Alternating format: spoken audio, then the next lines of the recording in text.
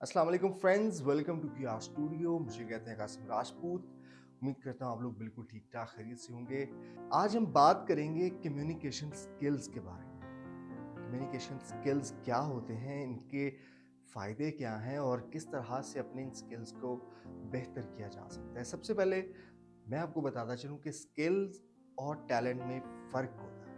Skills एक अलहदा चीज़ है, टैलेंट एक अलहदा चीज़ है। स्किल्स जो हैं वो आपको सीखने पड़ते हैं, आपको प्रैक्टिस करनी पड़ती है, आपको इल्म हासिल करना पड़ता है उसके बारे में। टैलेंट जो है वो पैदाइशी तौर पे भी इंसान के अंदर पाया जाता है, वो खुद से खुद एक इंसान के अंदर खुद ब खुद पैदा हो जाता है। लेकिन स्किल्स जो हैं वो टैलेंट के बर्क्स आपको खुद से ढूँढने पड़ते हैं, अपने अंदर तलाश करने पड़ते हैं, फिर उनको पॉलिश करना पड़ता है। सीखने के बाद आहिस्ता-आहिस्ता प्रैक्टिस करने के बाद आप उन पे मुकम्मल तौर पे अबूर हासिल करें। अगर यूँ कहा जाए कि एक्सप्रेशंस का दूसरा नाम कम्युनिकेशन स्किल्स है, तो ये बात किसी हद तक सही होगी। आइज़ आपकी आँखें और आपका फेस, यानी फेस पे जो एक्सप्रेशंस होते हैं, ये जितने बेहतर होते हैं, उतने ही आपके कम्युनिकेशन स्किल्स बेहतर होते हैं। आपकी आँखों से और आपके फेस एक्सप्रेशन से ही आपकी बात अच्छी से अच्छी हो सकती है, बुरी से बुरी हो सकती है। आप किस तरह से बात कर रहे हैं, इस बात का अंदाज़ा आपकी आँखों और फेस से लगाया जा सकता है बड़ी आसानी के साथ।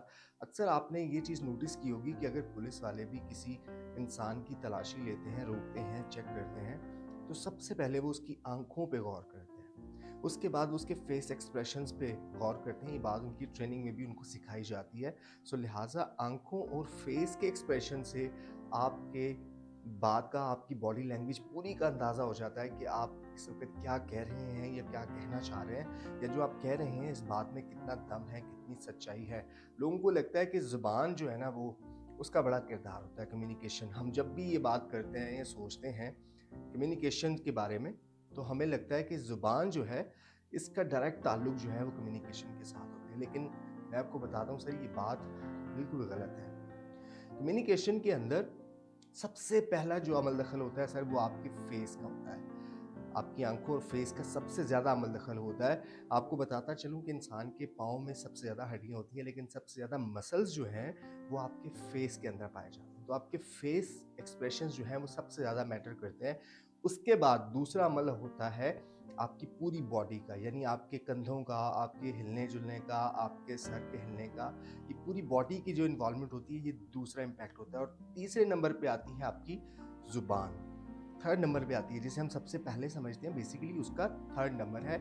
और आपको बताता चलूँ कम्युनिकेशन के अंदर 93% हिस्सा आपके फेस, आइज़ और आपकी बॉडी का होता है, सिर्फ 7% हिस्सा आपकी ज़ुबान का होता है। फॉर एग्ज़ाम्पल, मैं कोई भी बात कहना चाहता हूँ, मैं कहता हूँ कि मुझे भूख लग रही है। मैं आराम से, बड़े नॉर्मल से वे में, बगैर किसी एक्सप्रेशन के, बगैर आँखों के कोई एक्सप्रेशन दिए, चेहरे की कोई एक्सप्रेशन दिए बात करूँगा, तो बड़ी सिंपल सी लगेगी कि मुझे भूख लग रही है। और अगर मैं इसमें थोड़ी-सी बॉडी लैंग्वेज, अपने फेस एक्सप्रेशन ऐड कर दूँगा, तो सामने वाले को मेरी बात में ज़्यादा दम महसूस होगा कि मुझे बहुत भूख लग रही है। एक कम्युनिकेशन से जो हमारा वास्ता है, ये पैदा होने के फ़ौरन साथ ही हमारे साथ जुड़ जाता है। कम्युनिकेशन जो है ना, कम्युनिकेशन बातचीत या किसी के साथ मुखातिब होना, या किसी के साथ मुकालमा करना, या किसी 2 लोगों की गुफ्तगू, या 2 लोगों का या 2 से ज़्यादा लोगों का आपस में किसी चीज़ में इन्वॉल्व होना, ये कम्युनिकेशन है बेसिकली। और हमारा पैदा होते ही ये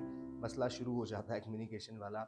बच्चा रोने से लेके बड़े होने तक हम कम्युनिकेशन किसी ना किसी मरहले पे करते रहते हैं। वो हमारा स्कूल दौर हो, कॉलेज टाइम हो, जॉब हो, बिज़नेस हो, या घर में दोस्तों के साथ, फैमिली के साथ कम्युनिकेशन का सिलसिला चलता रहता है। अब कम्युनिकेशन जो है बेसिकली ये एक स्किल जो बन गया है। अगर आप गूगल पे भी जाके सर्च करेंगे तो टॉप 10 सॉफ्ट स्किल्स के अंदर आपको कम्युनिकेशन स्किल जो है वो नंबर 1 पे मिलेगा। इतनी इसकी ज़्यादा डिमांड हो चुकी है। इसका मतलब ये है कि कम्युनिकेशन स्किल्स हमारी रोज़मर्रा ज़िंदगी के अंदर, हमारी प्रोफेशनल लाइफ के अंदर, हमारी बिज़नेस लाइफ के अंदर बहुत बहुत ज़रूरी हो चुका है। और कम्युनिकेशन जो है, इसका डायरेक्ट जो ताल्लुक है वो कॉन्फिडेंस के साथ होता है। आपने देखा होगा बहुत पढ़े लिखे लोग हैं, बड़े कामयाब और बड़े इल्म वाले लोग भी कम्युनिकेशन में थोड़े से वीक रह जाते हैं। वो क्या वजह होती है कि इतना कुछ जानने के बावजूद, इतना नॉलेज होने के बावजूद, इतना कुछ समझने के बावजूद भी वो सही से बात नहीं कर पाते हैं, उनके अंदर हेजिटेशन सी रह जाती है, उनके अंदर झिझक सी होती है, वो लोगों को सामना करने से थोड़ा-सा हिचकिचाते हैं, वो कैमरे के सामने नहीं आ सकते, वो वैसे ही हजूम में जाके बात नहीं कर सकते, 10 लोगों के सामने खड़ा होके बात नहीं कर सकते।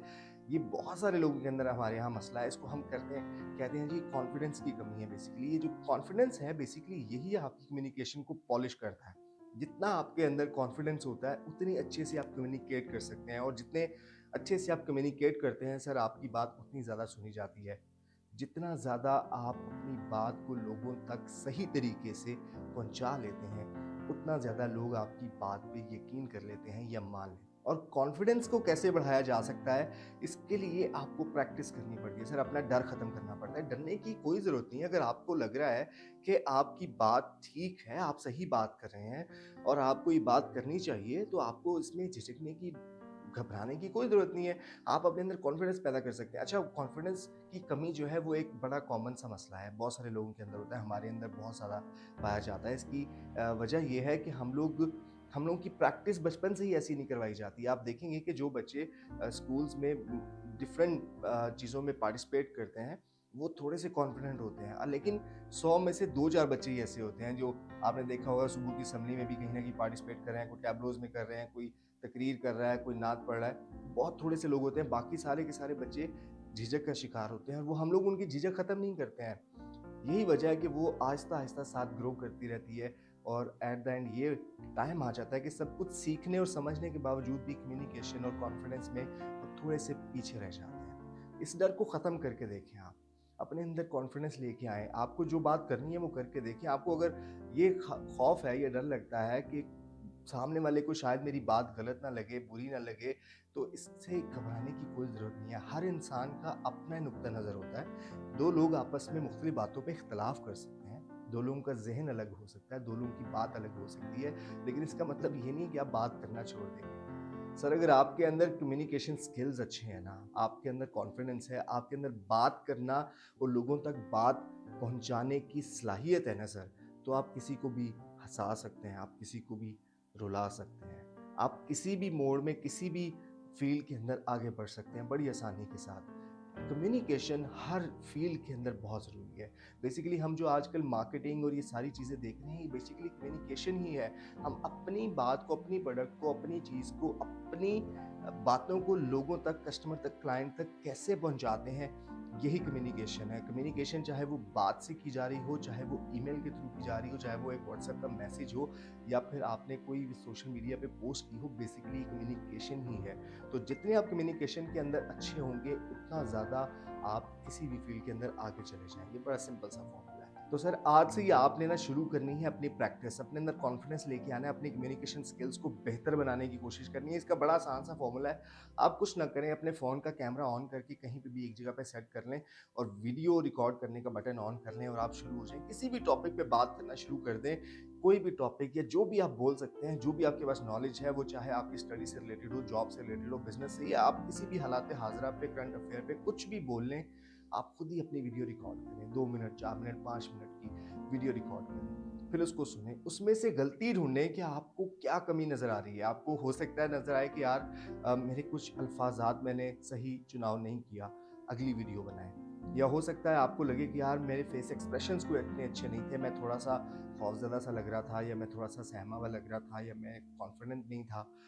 फिर मज़ीद वीडियो बनाएँ। आप डेली बेस पे ये प्रैक्टिस करें, आपको 2, 4, 5 दिन, मैक्सिमम 1 हफ़्ता लगेगा और उसके बाद आप देखेंगे कि आप इस तरह से पॉलिश हो जाएँगे कि आप वही वीडियो रिकॉर्ड करके आप सोशल मीडिया पे, यूट्यूब पे हर जगह चिपका देंगे, अपने व्हाट्सएप स्टेटस पे भी लगाएँगे, हर जगह पे लगाएँगे और यही कॉन्फिडेंस आपका पूरी लाइफ़ के अंदर रहना चाहिए। सही, मैं आपको ये भी बता दूँ कि ये जो कॉन्फिडेंस है ना और ये जो कम्युनिकेशन स्किल्स हैं, ये अगर आपके अंदर अच्छे हैं तो सर ये कम इल्मी को भी छुपा देते हैं। आपके पास कम नॉलेज है, आप कम पढ़े लिखे हैं, लेकिन आप बात इतने अच्छे अंदाज में कर रहे हैं, आपकी बॉडी लैंग्वेज इतनी अच्छी है, आपका कम्युनिकेशन स्किल्स इतने अच्छे हैं कि सामने वाले को पता नहीं चलेगा कि इसके पास डिग्री मास्टर्स की है या मैट्रिक की है। सामने वाले को इस बात का कोई लेना देना नहीं होता कि आप में डिग्री कौन सी है, अगर आपकी बात में दम है, अगर आपकी बात सही है, उसके दिल तक, दिमाग तक पहुंच रही है और सही से आप कम्युनिकेट कर रहे हैं, तो सर आपकी बात कामयाबी तक ले जाएगी आपको। सो अपने अंदर कम्युनिकेशन स्किल्स को पैदा करें, प्रैक्टिस करें और कॉन्फिडेंट होना शुरू कर दें आज से ही।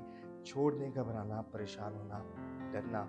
और आज से प्रैक्टिस शुरू करें। आप देखेंगे इंशाल्लाह day by day Aahista Aahista आपके अंदर कॉन्फिडेंस भी बढ़ जाएगा और कम्युनिकेशन स्किल्स जो हैं वो आपके इतने बेहतर हो जाएंगे कि आपको किसी के सामने जाके बात करने में कोई हेजिटेशन महसूस नहीं होगी।